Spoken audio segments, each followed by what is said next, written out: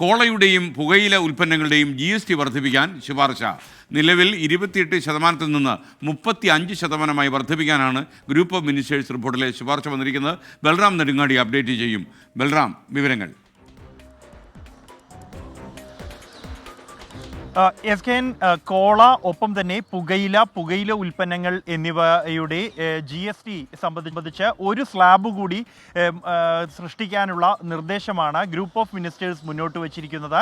അതിൽ നിലവിൽ ഇപ്പോൾ 28% പുകയിലയ്ക്കും പുകയില ഉൽപ്പന്നങ്ങൾക്കുമുള്ള GST.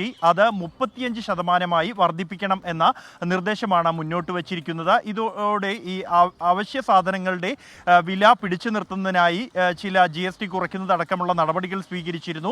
ഇതിലൂടെ ഉണ്ടായിരുന്ന നഷ്ടം നികത്താൻ ഈ പുകയില ഉൽപ്പന്നങ്ങളുടെയും മറ്റും GST വർദ്ധിപ്പിക്കുന്നതിലൂടെ കഴിയും എന്നാണ് ഗ്രൂപ്പ് ഓഫ് മിനിസ്റ്റേഴ്സ് ശുപാർശ ചെയ്തിരിക്കുന്നത്.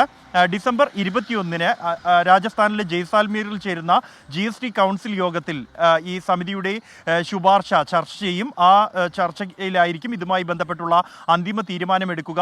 7 വർഷമായി GST നിലവിൽ വന്നിട്ട് ഇതിൽ ആദ്യമായാണ് ഇത്തരത്തിൽ 35% GST എന്ന ഒരു ശുപാർശ മുന്നോട്ട് വരുന്നത്. നിലവിൽ ഇപ്പോൾ 4 സ്ലാബുകളാണ് GSTക്ക് ഉള്ളത്. 5%, 12%, 18%, 28% എന്നിങ്ങനെയാണ് ഈ സ്ലാബുകൾ.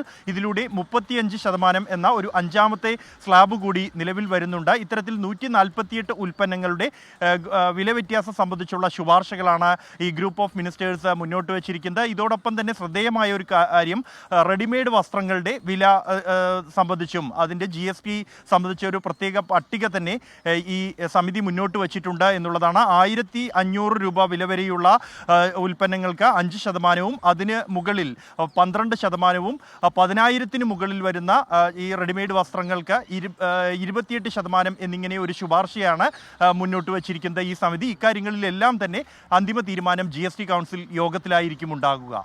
SKN.